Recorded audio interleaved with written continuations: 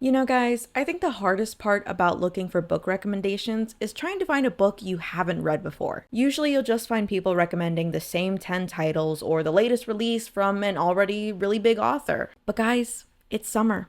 Sure, it's easy to pick up Beach Read for the fifth time this year, but this isn't just the season of romance. This is the season of horror. And to celebrate, I want to recommend a brand new debut horror novel that has all the vibes of summer camp, cultish mystery, and Stranger Things.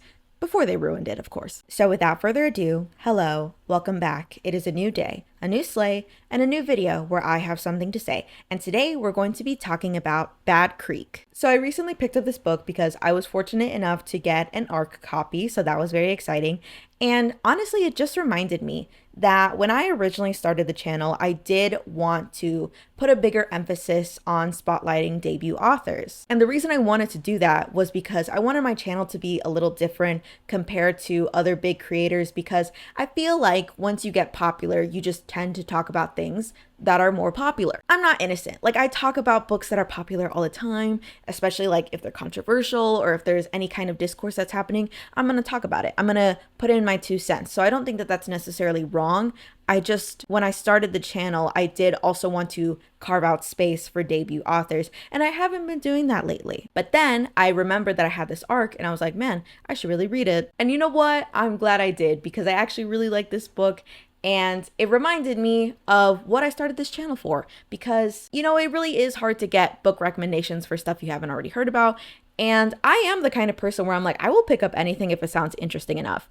And this premise definitely caught my attention. So hopefully this video will mark the resurgence of me spotlighting debut authors and in general, just reading books that aren't already super big, and truly just giving recommendations for books that maybe you wouldn't have heard about had it not been for my videos. So yeah, I'm actively going to be on the hunt for more debuts, and you know, that'll be for the future, but for right now, let's talk about Bad Creek. So first, I'll start with a spoiler-free basic summary of what the book is about. That way you can get a sense of what you're going to be in for. So we have our 4 main characters, Iris, Gum, Aiden, and Glory, who have all been going to the same place in Michigan every single year for as long as they can remember. This place is Bad Creek, and a summer spent in Bad Creek is one that is full of tradition and rituals. The first night they spend there ends in a bonfire. The annual volleyball tournament ends in a pizza party.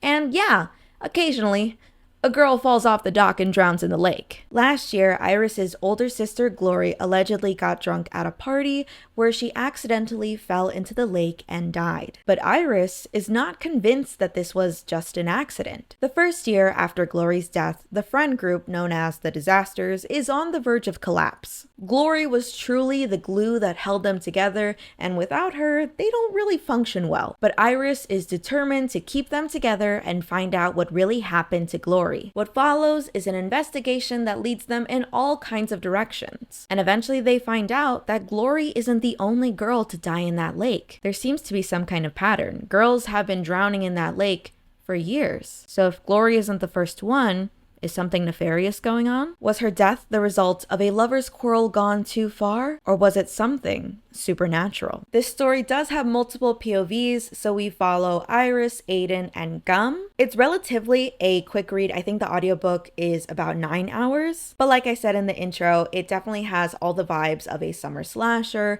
There's a lot of mystery, and yes, there is a supernatural aspect. But that's the end of the spoiler-free summary, so if you want to read the book before going into my in-depth analysis, I suggest you click off the video now. I'll be going into the pacing, the characters, what I thought of the overall plot, and of course, analyzing the themes of the story. Listen guys, I promise, I read for fun. The thing is, I just find over-analyzing and looking into everything and thinking that everything has a double meaning to be fun. And I'm sorry, but horror is also one of the genres that like inherently has a lot of depth and hidden meanings, so you can't just read horror and not think about it. But yeah, that's what I will be covering today. So without further ado, let's get on with the rest of the video. So first, I'm going to talk about the pacing because I did see a lot of people bring that up in their reviews. And I will say the story does start a little bit on the slow side. Although I think that that is just inherently par for the course when you have a standalone story. Like, you need time to get to know the characters, the setting, like set up the baseline. Like, could it have been faster? Yes.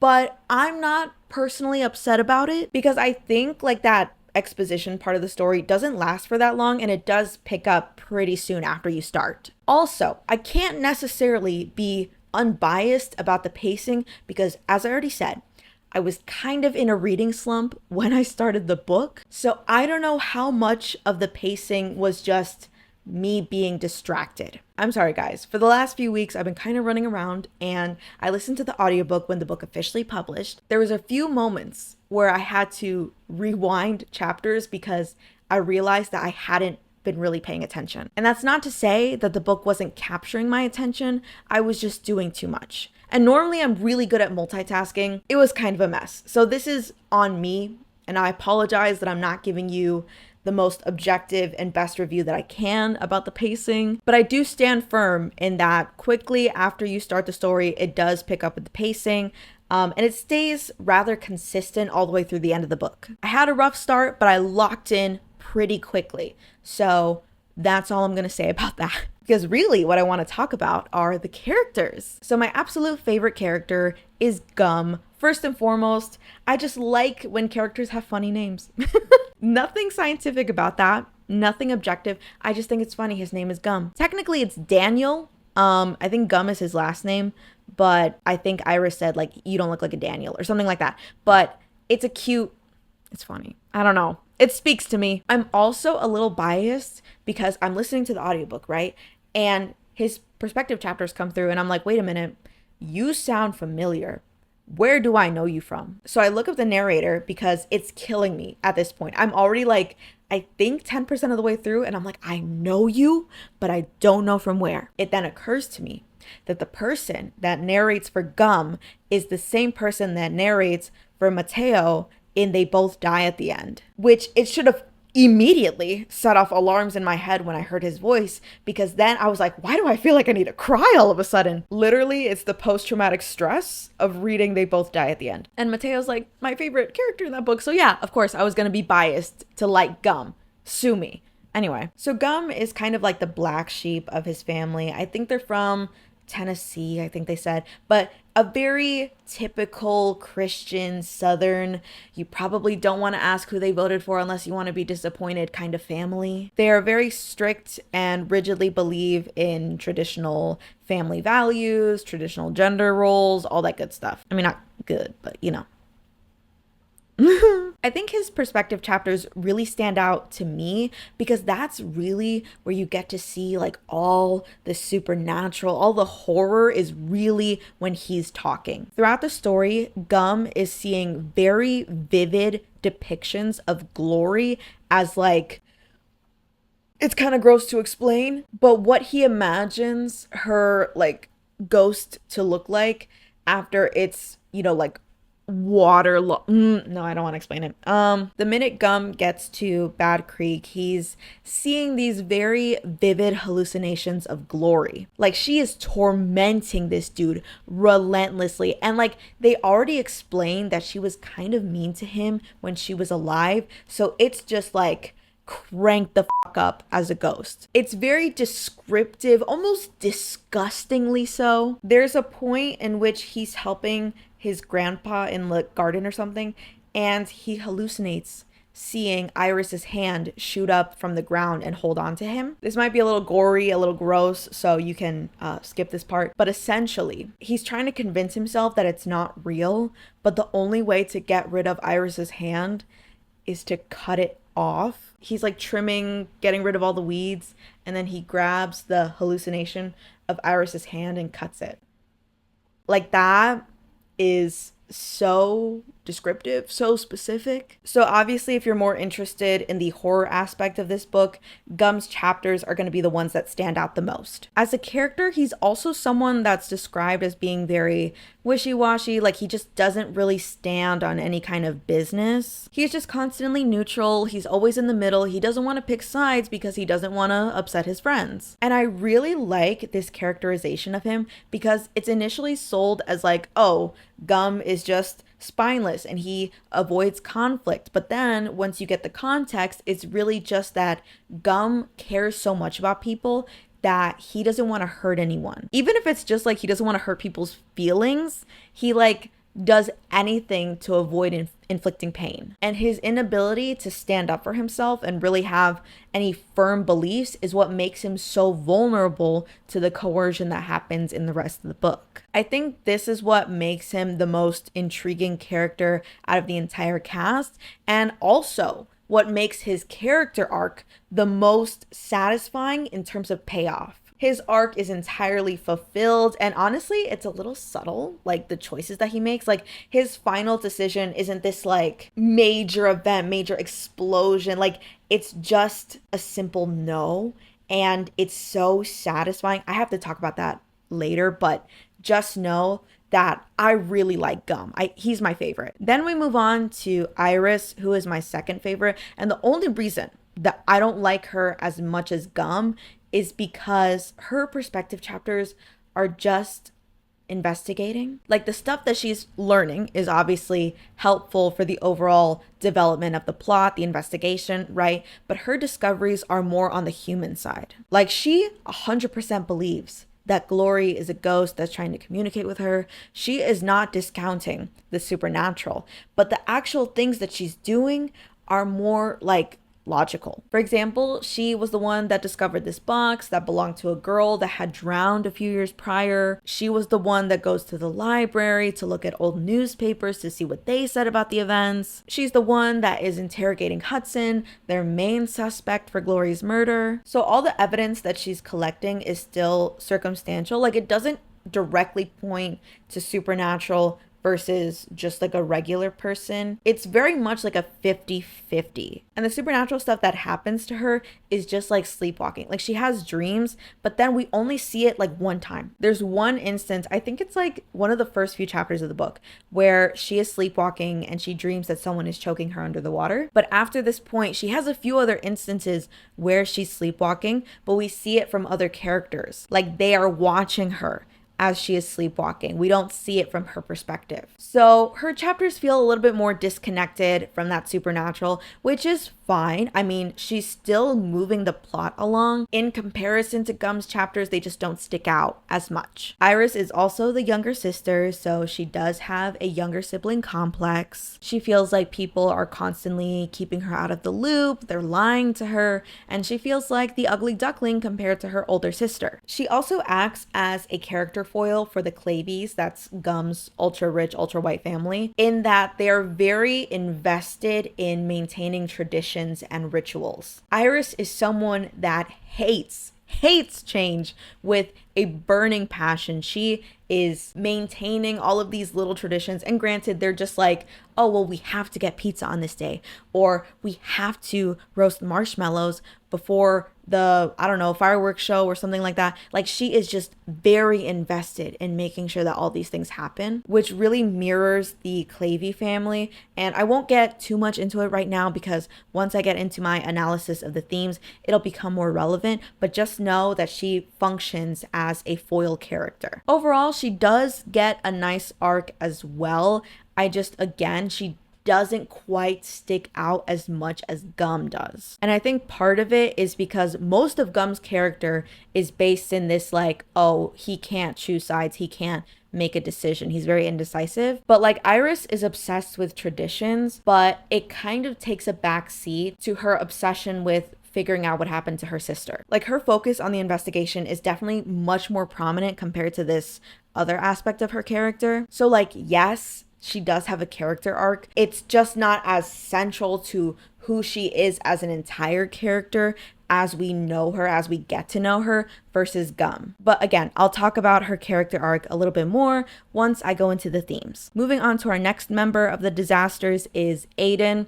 I don't like this kid. Why? Because he is the biggest barrier to this investigation compared to, I don't know, the actual people that are suspects in the murder investigation. Like, I get it. With these kinds of characters, you're predisposed to not liking them. Obviously, you as the reader are like, you're being illogical. Why are you actively preventing this investigation from moving forward? I get that. In that sense, this character is written effectively because I don't like him. He also just doesn't really have too much of a personality. His main thing is that he just has a lot of resentment towards Iris and Gum, and honestly to the entire group, the Disasters, and that's because he's kind of the odd one out. Iris, Glory, and Gum have been coming to Bad Creek since they were literally babies. Aiden joined a little late, and yet he was still introduced to the Disasters. He was accepted by them because it was his birthright. Essentially, they're the Disasters 2.0 because all their parents used to be friends and used to go to Bad Creek. So they're like the next generation,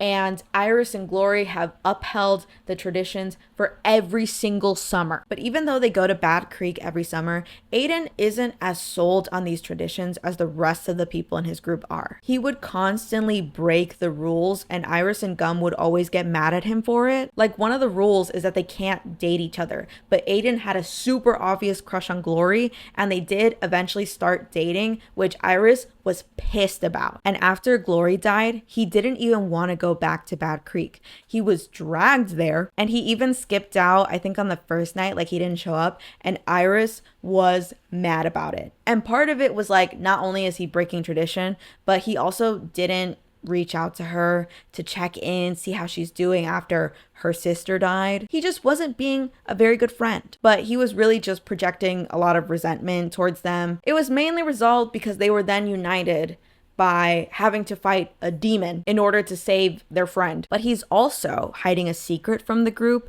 because on the night that Glory died, they got into a really big fight, and Aiden cannot remember what happened at the end of it. He just remembers waking up in the backseat of his car and Glory was dead. And he has a sinking feeling that he may be responsible. So he spends most of the book actively trying to get Hudson framed for murder. Hudson is Gum's cousin, who they think was the one that killed Glory. And the reason they think he did it was because, like, oh, he was pursuing her, and maybe it was like an act of rage because she rejected him. That's their main running theory. But for most of the book, he's actively keeping secrets from Iris because she's dead set that Glory is a ghost and is haunting them. And Aiden's like, okay, I cannot entertain your delusions. Hudson is the one that killed your sister. So he's actively trying to point her in that direction, even though he's actively leading her astray. He does play a big role at the end of the story in helping to save everyone. He's definitely the kind of character that starts off as an asshole, but you can't really hate him because he's uber useful. I would say, you know, if I could compare him to anyone, he's kind of like that dude, what's his name? Mike from Until Dawn. First of all, he's just kind of a jerk, obviously a playboy, doesn't take anything seriously, but he's extremely useful to the group. So you can't really hate him, but you don't have to like him either. And that's exactly how I feel about Aiden. Now for our not so main characters, we obviously have Glory. She's essentially Alison de Laurentiis. She's a mythic goddess, perfect in every way, the object of all men's desires, and just the right amount of mysterious. Honestly, this is pretty standard. I feel like any book that has the mysterious death of some girl, they all fit this description. I've never seen anything different than just Alison de Laurentiis. Obviously, she was not the first one, but I think she's the most iconic one. Whatever, I'm not too mad about it. She was nice at the end. Cool. Then we have Hudson. Oh my god, bro. The biggest travesty in this book. I love this character, and we don't hear from him enough. I wanted so much more. They did not let my man cook. Hudson is by far the funniest character in this book, and it's all through his interactions with Iris, and then like they don't really interact like that. That's the only thing I think this book is missing. It could have used a tad bit more humor, because I feel like with a lot of summer horror stories, there is still that like lightheartedness of the summer season. Like there's still a little bit of humor even when they're kind of running for their lives. And I really think it could have used a little bit more of that. My favorite line is at the end of the book. I was cackling. This was so funny to me. Like the running gag with his character is that he is just like a rich, pompous douchebag. Like he doesn't know he's privileged. He just walks around like he owns the place. He's constantly dressed like he's gonna go out golfing later. And at the end of the book, he's talking to Iris and he's like, man, I have to go to public school. And Iris is like, I don't think you'll survive. You know, they don't serve creme brulee in the cafeteria. And without missing a beat, he goes, oh, really? If I don't get my daily creme brulee, I will spontaneously combust. And you know, maybe part of it is the way that the narrator said that line. I was cackling. It was just like so unserious. Like they're having a tense conversation of like, okay, well, I'm not coming to Bad Creek, because by the end of the book, the Clavies, you know, Hudson and Gum's family are on trial. They're about to be arrested for cultish murder. So the family is like flat broke if they're not already in jail, and their lives are gonna change forever. And then this dude, without missing a beat, is like, oh my God, I need my daily creme brulee. Otherwise, I will literally explode. Like, it's just so unserious. See, that's what I need. That little comedic relief, even when it's kind of serious. That's the one thing that I wish that we had more of. He needed to be in the book about like 25% more for me to really be on board with it. Now, as for the general plot, I really do enjoy the way that it develops, because it's almost like we have two separate plot lines that get developed together, if that makes sense. Like you have the supernatural investigation and the regular human investigation, and they intertwine a lot, and it's pretty, like for the most part, split 50-50 on who you think is the real cause of Glory's death. Like they definitely keep you guessing, and as the plot progresses, you do start to lean more into the supernatural, but like the way it gets developed is still like slow but evenly paced. It's also interesting because you do have the separate POVs. And when you're in Iris's perspective, she is like fully convinced that Glory is trying to speak to her from beyond the grave. And she's trying to do everything to bridge that connection between her and her sister. Iris is fully convinced that Glory is trying to point her in the right direction. And as you start getting into the other characters' perspectives, you realize that she almost is entirely misguided. So one of the big parts of this story is that Gum is slowly starting to get like influenced by this demon that is running his family.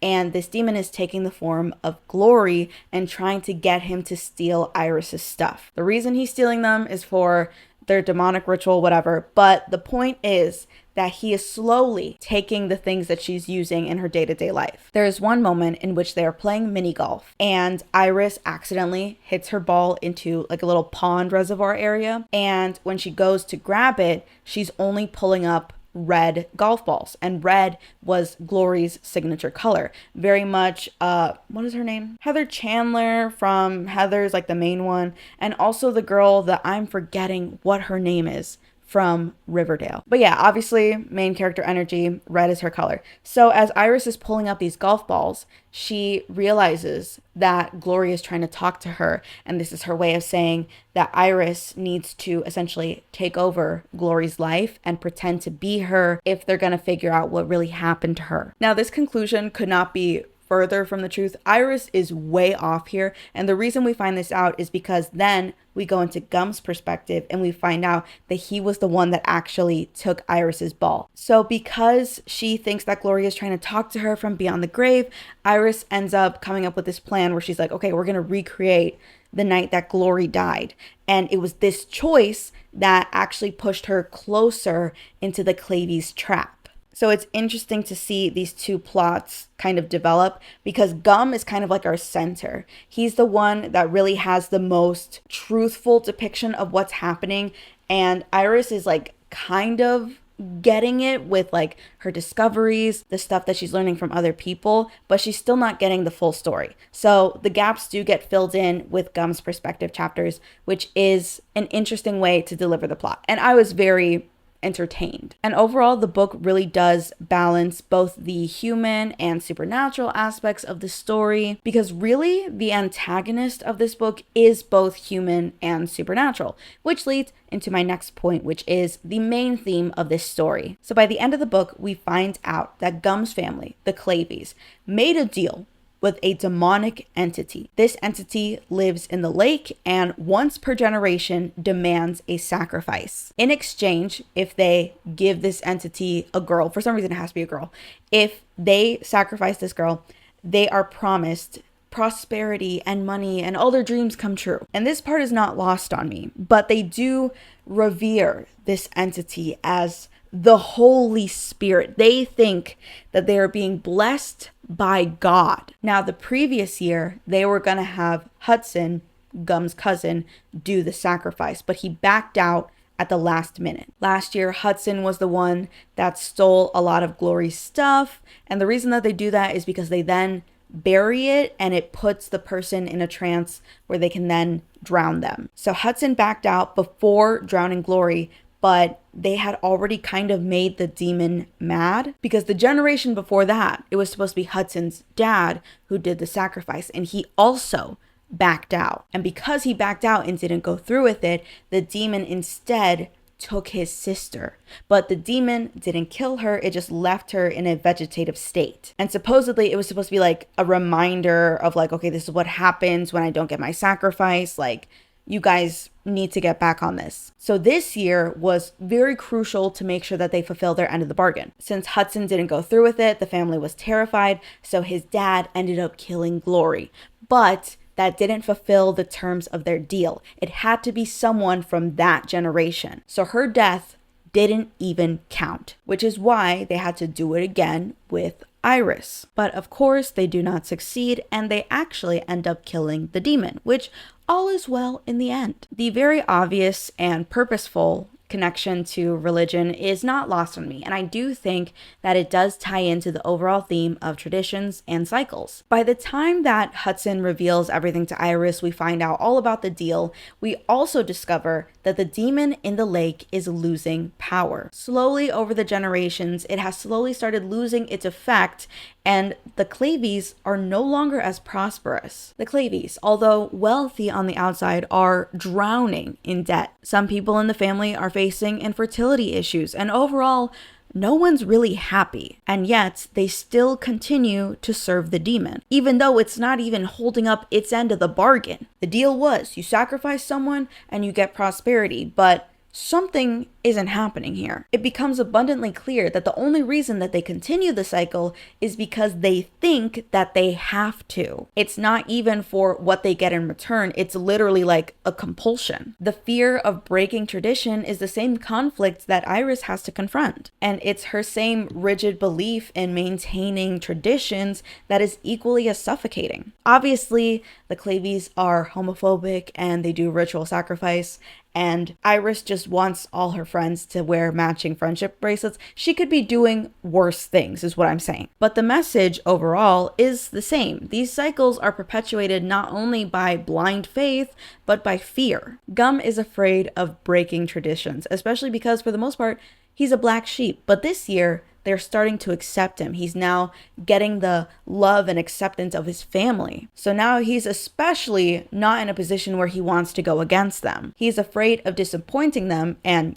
defying a literal demon. Because more than anything, he's afraid to find out what would happen if he were to go against his family, which is what makes his final choice all the more satisfying. As Gum is getting ready to sacrifice Iris to the demon, he manages to cling on to the one thing that he does truly believe in. He doesn't want to hurt anyone, especially not Iris. And it is his choice to spare her that brings change to Bad Creek. Iris, Hudson, and Aiden are then able to help Gum and defeat the monster. The end of the book sees a lot of new beginnings for the disasters. Aiden rekindles his relationship with his father, which I know I didn't really specify, but that was also an underlying thing with him, but just know that that happens. Gum gets to meet his mother properly for the first time after the demon released her from her coma, and Iris and Hudson get to have their little relationship and they get to admit their feelings for each other. But the biggest change by far is that Iris has no plans to return to Bad Creek, and neither do the rest of the disasters, because she realizes that the strange force that was always pulling her back to Bad Creek was not nostalgia,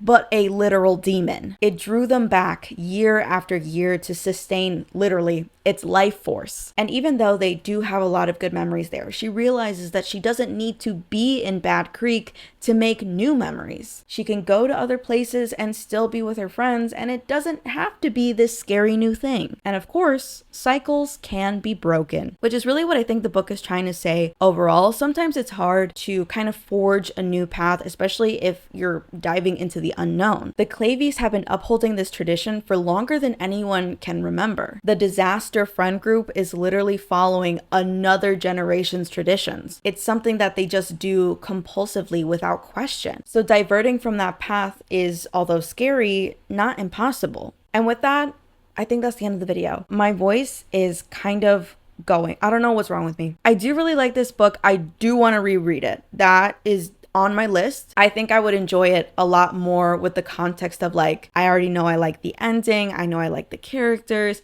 I just need to kind of pay more attention. Also, lately I've been having a lot of problems with audiobooks. I finished reading Part of Your World, and at some point I skipped like an hour in the audiobook, and I was so confused, and I made a note to myself to put like in my review of like, oh, there's like holes, like there's really big plot gaps. I had just skipped chapters, and it was purely accidental. I don't know how it happened. Really, I think this is just a reflection of me. I need to be paying more attention. I need to be more present as I'm reading. I've just, as I said, been all over the place. But even with that, I really did enjoy this book. I would give this a 5 out of 5. I really like the vibes and the overall message. And honestly, I wasn't expecting the ending. At some point, I thought the Clavies were just going to be like weird, but not demonic. At some point, they really convinced me that maybe Aiden was the bad guy and he was the person involved with the demons and stuff, because his dad is like a filmmaker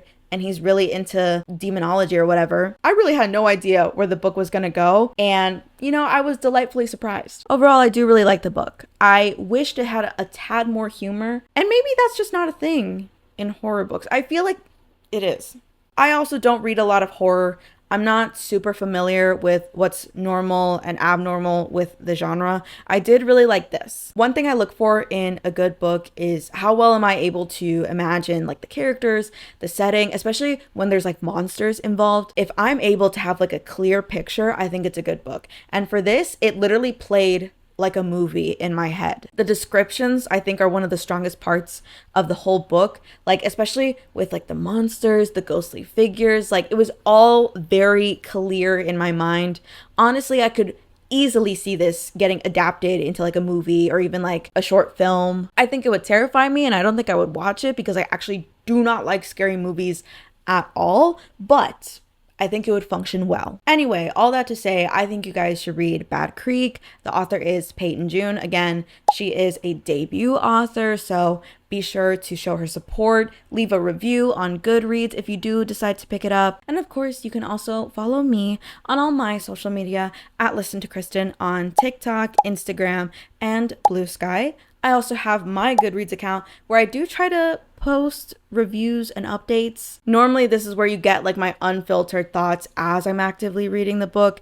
I didn't put too many updates on this one, I will say, and that was just because I was so into it. But anyway, that is the end of the video. It's almost time for me to go to bed, so I'm gonna go do that. Thank you guys for watching, and I will see you in the next one. If there's any debuts that you know of that are coming up in this year or next year, whenever, leave them for me, send them to me. My DMs are open. I would love to spotlight more authors. So yeah, thank you. I'm looking forward to hearing from you guys. Bye-bye.